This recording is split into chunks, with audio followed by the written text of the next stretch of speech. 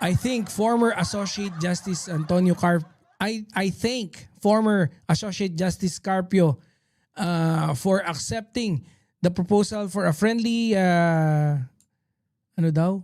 freewheeling debate intended to clarify the question on the West Philippine Sea in a manner that will enlighten our people on the issues surrounding these troubled seas, making them the ultimate winner for this discussion. While Justice Carpio's proposition is structured and precise. Sorry. Asa na? Restricting the scope of the discourse unduly narrows a topic that is inherently complex, contested, and far-reacting. The West Philippine Sea issue cannot be reduced to a binary legal inquiry on terminology or geographically inclusion as the risk pre-framing the debate in favor of particular narrative rather than enabling a genuine examination of all relevant. Biruin mo, no? Siyempre, kailangan nga para at least consolidate yung mga ideas at konsepto. Ang problema rito, no?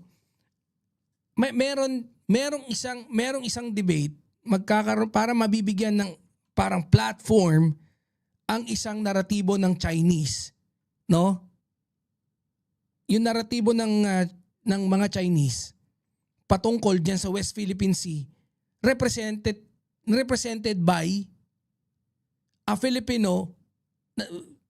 Not only that he's a Filipino, but he is a public official na gusto niyang i-represent yung side ng Chekwa.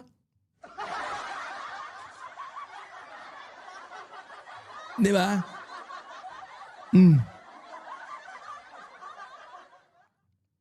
Sabi dito, I hope that Justice Carpio will agree to a healthy exchange without any imposed limitation. If the arguments are sound, they will withstand scrutiny across all fronts, legal, historical, and geopolitical. A friendly debate should illuminate the entire landscape, but my restriction will shortchange the people who deserve to see the complete picture. Alam mo, Marcoleta, no, if you're trying to be, or if you're pretending to be one of the luminaries pagdating dyan sa I think I beg to disagree. No? I mean, like, if kung sana magki-claim ka, okay lang eh. Baka okay naman. Ang problema kasi dyan, alam mo kung anong problema, is that you're trying to compare yourself to Justice Carpio. Ang problema doon, yung isa, alam nyo, no, si former Justice Carpio, no, medyo busit ako dyan dati. Kasi nga, syempre, loyalista tayo eh. And then si Justice Carpio, dilawan. And talagang nandun siya sa side na kung saan very critical siya sa administration at particular kay PBBM before. No? And siguro nung nakita niya year after year after year and then naririnig niya yung mga what you call this, yung mga speech ni PBBM during SONA, siguro nagkakaroon siya ng tiwala. Hindi man siya believe, he trust, no, in his own very little way, showing that he trust the administration of PBBM. Pero I don't want to be biased shit, pero pag naghahanap ako before and I was trying to discuss this in my own way before, and whenever I'm trying to do some research regarding Pag-asa Island, Thomas Shoal, blah blah blah, it always appears yung name ni Justice Carpio. Di ba, Ma'am Alaga 143, Ma'am Ardayan? Bakit nagpa-participate siya sa mga debates? particularly dyan sa situation sa West Philippine Sea. Uma-attend siya ng mga discussion. And isa siya sa mga nagre-represent ng Pinas pagka nung nag-ano tayo sa UNCLOS. Madami. Kumpara kay Marcoleta na nakapiluka lang. Walang may pagmamataas to eh. Walang may pagmamataas. Hindi may pagmamalaki. Yung piluka lang niya nasa taas ng ulo niya. Walang yan. Oh. Yun ang, alam nyo, why marami ang talagang medyo buwisit kay Marco Betts is because nakakabuwisit talaga yung someone, no, trying to convey yung narrative. Ang problema kasi yung narrative na yun is against doon sa ating naratibo. Naratibo ng bansang Pilipinas. Against doon sa claim natin sa Pilipinas. Yun yung problema doon. Nothing more. Nothing less. Hindi. Baka meron pang iba. 'Di ba? Yun ang problema. Ibinabangga niya yung opinion niya. No? Let's say, kasi hindi daw yun yung claim ng China eh. Ibinabangga niya yung opinion niya against doon sa claim natin na kung saan atin yung mga isla doon. Gago eh. Ito sa Balita Patan. Good morning, Tito Latrica. Good morning to our listeners and viewers. Hi, Justice. Thank you for joining us this morning. Salamat po. So, okay. Justice, alam niyo po nung kayo po sumagot doon sa challenge, ako po personally nagbunyi eh. Kasi it's Sa about tatlong time. inimbitahan. Ako din eh, I was a bit happy. Not a bit, but I was really happy. Until nung kanina, nakita ko yung point yung sinabi ni kung bakit nga I think isa sa mga hinamon din is yata si Attorney Batong Bakal, if I can remember it correctly, what was mentioned by our friend kanina, no, si Ma'am Maureen, TPL3. TPL4 na pala ngayon. O patuloy niyo supportan si Ma'am Maureen na TPL4. And what she said was that Marcoleta even extended yung debate. No? Si kay Attorney Batong Bakal, and si Attorney Batong Bakal, yan isa kasi sa advocacy niya yan, yung defending the West Philippine Sea. Ang sabi lang sa kanya, sino siya para i-debate yun? Sabi ganun. No? And one more thing is that ayaw niyang bigyan ng platform yung naratibo ng no? Para dedebatihin. Ang maganda sana kung mag-represent, kung gusto makipagdebate, Chinese, no, na may alam diyan. Tapos yung claim nila is yung opposite ng claim natin. Hindi eh. Kaya biruin nyo, no, ang kapal na mukha ni Marcoleta para banggain yung opinion ng iba against doon sa kung saan yung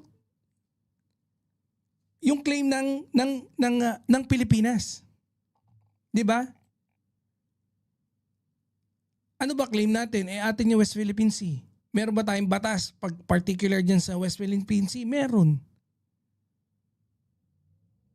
Nangihingi pa ng coordinates. Putya, wala ngang alam to eh. Mamaya i-play natin yung discussion ni Haydarian, no? Ni Prof. Richard Haydarian at saka ni Justice Carpio. Makikita nyo ron kung kakain talaga ng alikabok to. Kasi po, Justice Carpio, unang-una, do you really feel na there is something to debate about? Ano po ang nakikita ninyong paninindigan ni Marcoleta as against ano ba ang nasa konstitusyon o mga provision? The arbitral ruling. Meron po ba siyang pinanggagalingan at dapat panindigan talaga, Justice? He said two things, no? Dalawang assertions niya. One, sabi niya, there is no such thing as a West Philippine Sea. Imagination lang daw. That's a fiction of our imagination. There is no such thing as a West Philippine Sea. Pangalawa, sabi niya, yung Kalayaan Island Group may mga isla dyan na outside our 200 nautical mile exclusive economic zone. So bakit natin kiniklaim yan? That's outside our exclusive economic zone. Yun nga no. Yun lang Kumbaga,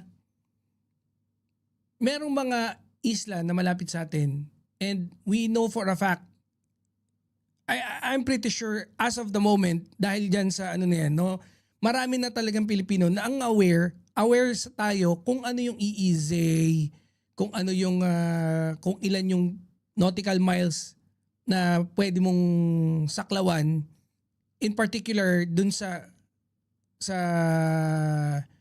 ano ng UNCLOS. Peruin mo, no, yun yung sinasabi niya Ba't mo i-claim, no? Kung hindi naman, parang mali yung ginagamit niyang opinion niya Pero gusto kanyang dalhin doon. Tapos, gusto niya, yun yung pagdebatihan nyo, gago nga talaga yan. Attorney Batong Baka said, if they debate implies we are confused. If indeed WPS is ours, but Marcoleta won't stop if he's unchallenged. Yun pa, no? Kaya nga lalabas nga talaga. Ba't pinagdedebatihan? Hindi ka ba siguradong sa atin yan? Oo nga, no? Thank you for that, Ma'am Ardian, for Gago no? Naghahamon, bigyan sila ng mga armas. Nakita ko kanina, galit sila kay Chino. So sabi ko, okay, let's discuss this. Let's debate on these two issues. Ito lang, dalawa lang. Ang position niya, that's West Philippine Sea is just a figment of our imagination. Yeah. Patay ka. Yan nga Puncha, may kilala akong ganyan abogado din No? Magsasabi siya ng ka-fake newsan, no? Kagaya ng pagbibintang kung magbibintang. After niya magbintang, sasabihin niya ano daw? Trap niya lang daw 'yon. Doon daw ang pagdebatihan, hindi yung sinabi niyang ka-fake newsan, kundi ito. Sabing ganun. Parang ganyan din ginagawa ni Marcoleta. Ayaw ni Marcoleta na yan yung i-discuss So ang sagot ko niyan, West Philippine Sea is in a law. Philippine Maritime Zones Act that was approved when he was a congressman, a party list congressman. May definition doon ng West Philippine Sea. So it legally Dump exists Marcoleta sa because China Sea. we have defined it in a law. Even before the Philippine Maritime Zones Act was passed. Marco Beta is a pseudo-intelligent, smart. He's nothing but a bald loser.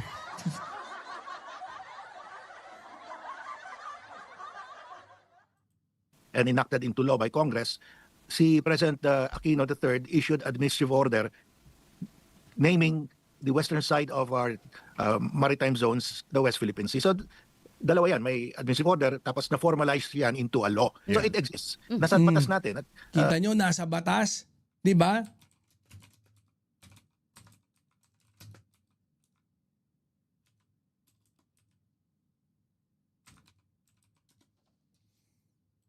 it was passed by Congress and by the Senate. So hindi mo ma-deny. It exists. Legally, it exists. Yeah. Okay. Yung second issue Opo. na yung katulad ng Pag-asa, Loita, these are islands of the Calayan Island Group that are outside our 200 nautical mile EEZ. Oh, ayan dyan na si Tita May Dons. Oh. KIG is under proclamation. Number 1596, 1978. No, kita nyo? Tama din talaga si si Boss Jax Oh. Pseudo-intellectual. Pseudo-ismarte. EZ. Sabi niya, labas yun sa EZ natin. So bakit natin kiklaim yan?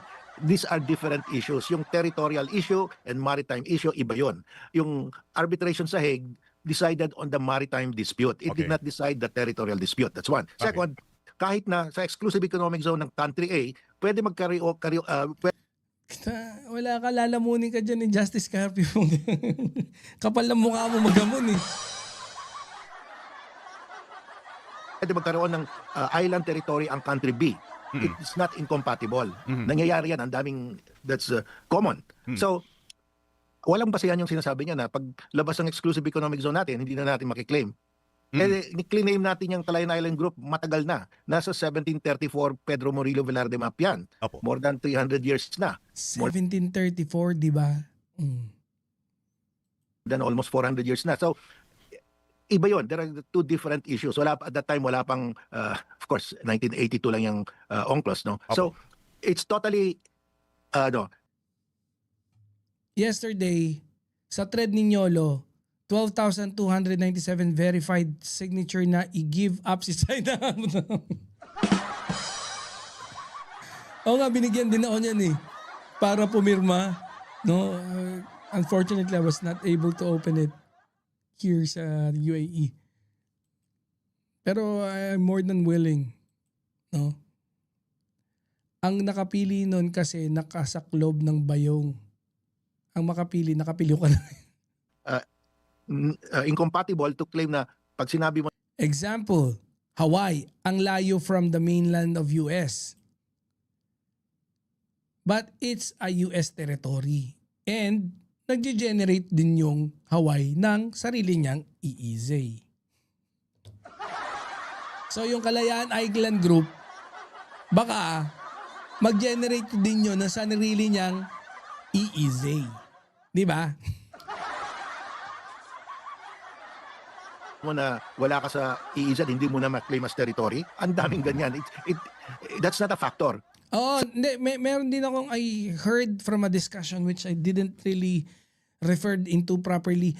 Parang ang sabi, may mga island, let's say, it's a bad example pero for you to be able to picture out what I'm saying dun sa pagkakakuha ko. Let's say yung Kalayaan Island Group, one of the island there, kunyari atin yung ano na lang, yung Pag-asa. 'Di ba yung Pag-asa? I think it's 270 plus nautical miles sa atin, hindi pasok sa EEZ natin. Ngayon, pero atin yun dahil claim natin matagal na. Pero, let's say malapit siya sa Brunei, dun sa bandang baba, and 150 nautical miles lang siya from Brunei. Hindi ko sinasabing, ine-example ko lang. Kung 170 nautical miles siya, ibig sabihin, pasok siya sa EEZ. Pero since 1900s lang yung UNCLOS, no? Etong yung claim natin noon, 1700s pa. Atin na yon even before magkaroon ng rule regarding dun sa mga EEZ na 200 nautical miles. Yun lang yung gustong sabihin dito ni Justice Carpio. Yun yung gusto niyang sabihin dito. Of course, 200 nautical miles from the baseline of KIG. Oo, yan. Oh. Sabi ni Ma'am Tera, sabi ni boss kaya kay Kainarol lang ilalampas. Oo nga. Kay Kainaro, kay Boss Tokis nga lang din eh. Si Trunks, naglalive pa ba si Trunks? Si Trunks mahusay din sa EEZ, sa ano yun, sa WPS. 'Di ba? So, yun, I want to inform the public na there is already an existing law defining the West Philippine Sea. Matagal na, during the time of President Pinoy pa. Oo. Ngayon, nadagdagan pa ng isang batas mismo, no? Philippine Maritime Zones Act. At saka second, there is no Tita May, di mo nakita yung kanina? Si Harry Roque. Di mo nakita si Harry Roque. Dumudugo-dugo yung uso. Parang may herpes ako. no such thing as paglabag sa it's outside your exclusive economic zone, hindi mo na maklaim sa territory. Iba yung territory, iba yung maritime zone. Yun lang. Okay. Justice Carpio, naunawaan po namin yung mga binanggit po ninyo. No? Pero on the ground, what is the reality on the ground? Meron na po bang pasabi o meron na bang nag-extend ng acceptance ng debate mula sa kampo ni na Marcoleta po? Well, ganito nangyari. Di ba, he challenged Commodore Tariela, Professor Batungbaka led me to a friendly debate kuno. Apo, kuno. So ako, I accepted it. I may issued a statement to media. I'm accepting it and we discussed the topic. Yung dalawang topic. Yeah. Because yun yung sinasabi niya. Yun yung kailangan malaman ng taong bayan na ano talaga ito. Meron bang legal basis yung West Philippine Sea na yan? Second, Totoo, Ma'am Brenda. totoo ba yung sinasabi niya na pag outside our EEZ, we cannot claim it anymore as territory? Yun, para malaman ng taong bayan. Okay. So, by way of a follow-up po, do you feel na ito pong mga binabanggit ni na Senator Marcoleta and even Senator Cayetano, is this really part of their role as senator, as senators of the Republic? Or meron bang basihan yung mga sinasabing bakit sa mga panghaharas ng China tahimik kayo? Bakit ngayon biglang ang ingay-ingay na ninyo in other words, it's being interpreted as you are practically protecting the interest of China, or at least you're speaking to defend China. What do you think of that perception, Justice?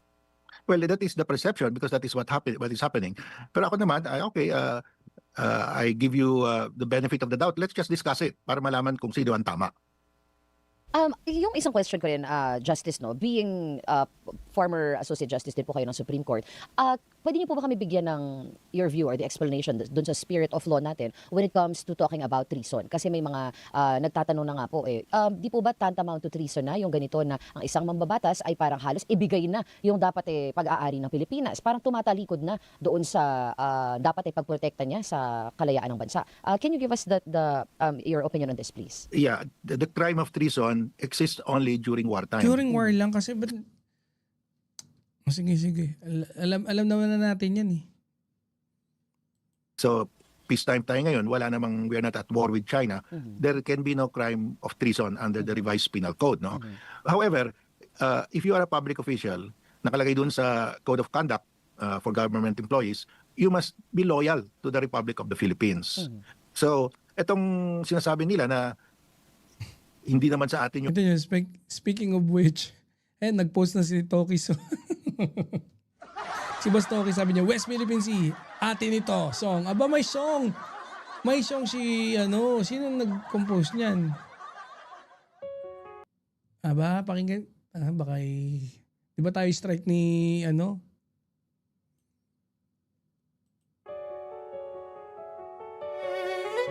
Sabi ko sa inyo di ba? Si Boss Toki. Hindi, gusto ko pag nag-explain to na lalo na pagka yung West Philippine Sea yung pinag-uusapan.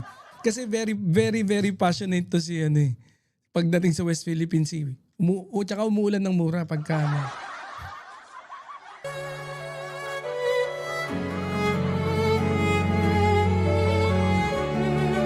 Alam mo, kanina nagugulan ako. I did manage to see someone stating na almost 70 plus hectares, no? Pinakamalaking isla yata to na kung anong meron tayo yung Pag-asa. And then parang ang sabi naman nung isa 32. I think I have to do my research more about this one before I finalize kung gaano ba kalaki. Pakinggan natin to. West Philippine Sea, atin ito.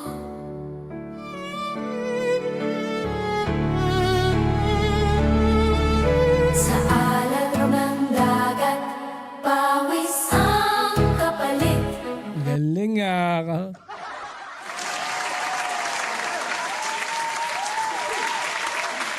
Oo. Malamang kung nakita niyang West Philippines Sea tayo ngayon, baka biglang yun eh. Baka biglang umakyat. Mga kamay na bitak, sa lambat nakakapit. Kawawa talaga tayo. Noon pa tayo dinidenggoy. Noon pa tayo dinidenggoy ng mga hayop na yan.